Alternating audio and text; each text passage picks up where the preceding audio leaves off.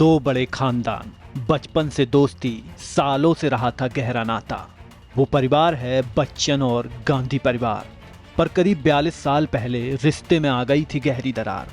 तब से एक दूसरे के साथ दिखने की कोई भी कड़ी नहीं थी, मानो कभी एक दूसरे से कोई वास्ता ही न रहा हो। भला बच्चन और गांधी परिवार की दोस्ती टूटी क्यों थी? आजकल सोशल मीडिया पर आए एक वायरल वीडियो ने दोनों परिवारों को लेकर राजनीतिक गलियारों में चर्चाओं का बाजार फिर से गर्म कर दिया है। दरअसल बीते दिन में राज्यसभा में सभापति जगदीप धनखड़ और सपा सांसद जया बच्चन के बीच में तीखी बहस देखने को मिली। श्रीमती जया अमिताभ बच्चन जी। सर सिर्फ जया बच्चन बोलते तो काफी हो जाता। यहाँ पूरा नाम लिखा था इसलिए मैंने रिपीट किया। ये जो है कुछ नया तरीका निकला है कि महिलाएं जो है अपने पति के नाम से जानी जाएंगी। मैं जया अमिताभ बच्चन आपसे पूछ रही हूँ,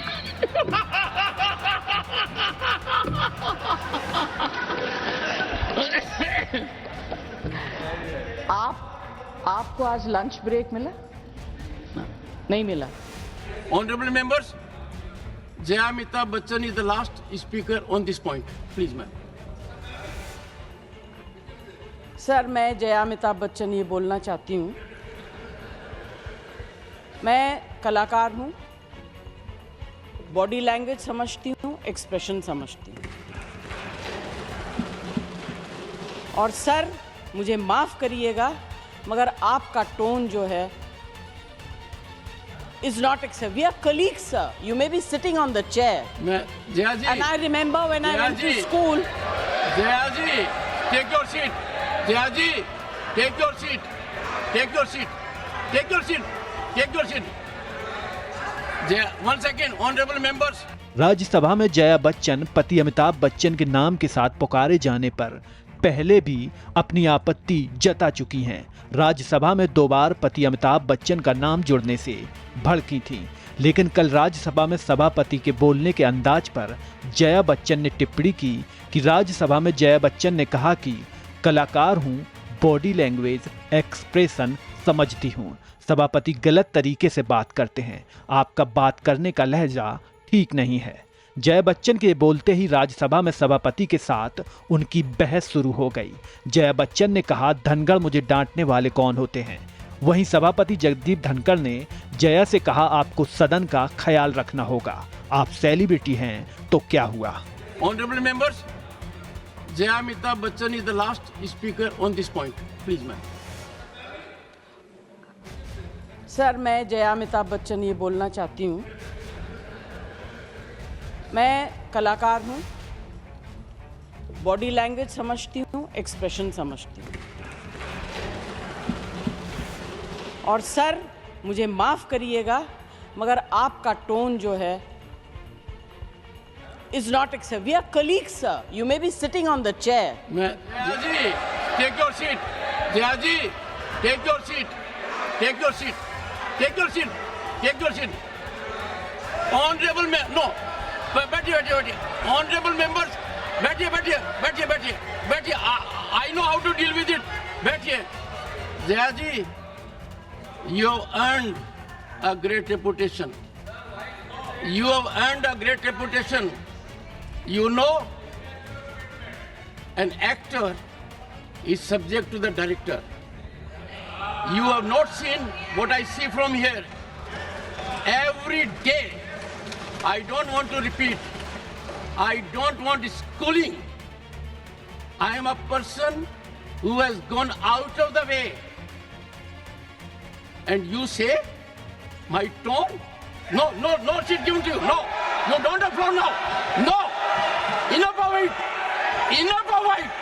No, enough of it. You can't have it.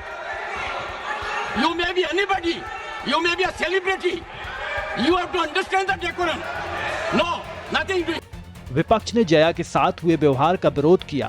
विपक्षी सांसदों ने हंगामा कर सदन से वॉकआउट किया। इसके बाद संसद के बाहर आने के बाद जया बच्चन ने पूरे मामले में विरोध जताते हुए अपनी बात रखी। पर जया के बयान वाले वीडियो में सबसे ज्यादा गौर करने वाली बात यह थी कि वो जब बोल रही थी तो पीछे सोनिया गांधी भी उनके साथ मौजूद थी और वो जया के बातचीत के दौरान अपना सर हिलाते हुए उनकी बात की सहमति दर्ज कराते हुए दिखाई दी। बस यहीं से शुरू हुई फिर से बच्चन और गांधी परिवार के दोस्ताना वाली कहानी। एक वो जमाना था जब जवाहरलाल नेहरू को हरवंश राय बच्चन की कविताएं बहुत पसंद हुआ करती थी। दोनों परिवारों की दोस्ती इलाहाबाद वाले घर आनंद भवन से परवान चढ़ी थी। इसके साथ ही इंदिरा गांधी और तेजी बच्चन की नजदीकियां भी किसी से छुपी नहीं थीं। ये दोनों ही बहुत पक्की सहेली हुआ करती थीं और दोनों को कई मौकों पर साथ देखा जाता था। दोनों के बच्चे भी एक दूसरे के बहुत करीब थे, यानी कि राजीव गांधी और अमिताभ बच्चन। दोनों ही परिवार फिर दिल्ली आए, फिर भी दोनों ही परिवारों का इमोशनल रिश्ता वैसे ही बरकरार रहा। फिर 1984 में अमिताभ बच्चन को इलाहाबाद से कांग्रेस का टिकट मिला था और वो जीत गए।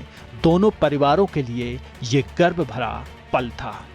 सोनिया गांधी जब साल 1968 में पहली बार दिल्ली आई थी तो उस समय उन्हें एयरपोर्ट पर रिसीव करने के लिए अमिताभ बच्चन ही गए थे।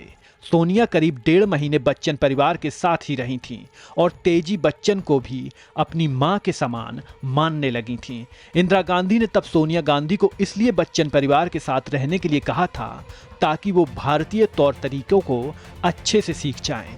लेकिन 1991 में राजीव गांधी की हत्या के बाद दोनों परिवारों के रिश्ते बिगड़ते गए। गांधी परिवार को महसूस हो रहा था कि बुरे वक्त में अमिताभ बच्चन उन्हें अकेला छोड़कर चले गए।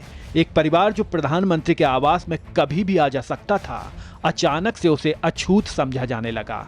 दूसरी ओर गांधी परिवार की ओर से और ये माना जा रहा था कि अमिताभ बच्चन को राजनीति में लेकर आया गया और परेशानी के समय उन्हें बीच में ही छोड़ दिया गया। फिर साल 1997 में प्रियंका गांधी की शादी के बाद से दोनों परिवार भी किसी भी मौके पर साथ में नहीं दिखाई दिए। फिर तेजी बच्चन के निधन के बाद से तो ये साफ ही हो गया कि अब कभी भी दो दिग्गज परिवार एक साथ एक फ्रेम में दिखाई नहीं देंगे। और अब सोनिया गांधी जब जया बच्चन का साथ देते हुए दिखाई दी तो बातों का सिलसिला तो शुरू होना ही था।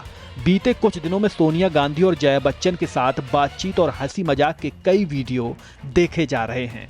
जो भी उन दोनों का ये पक्की दोस्ती वाला अंदाज देख रहा है उसे ये खूब भा रहा है। भारत समाचार की डिजिटल डेस्क से मानवेंद्र सिंह।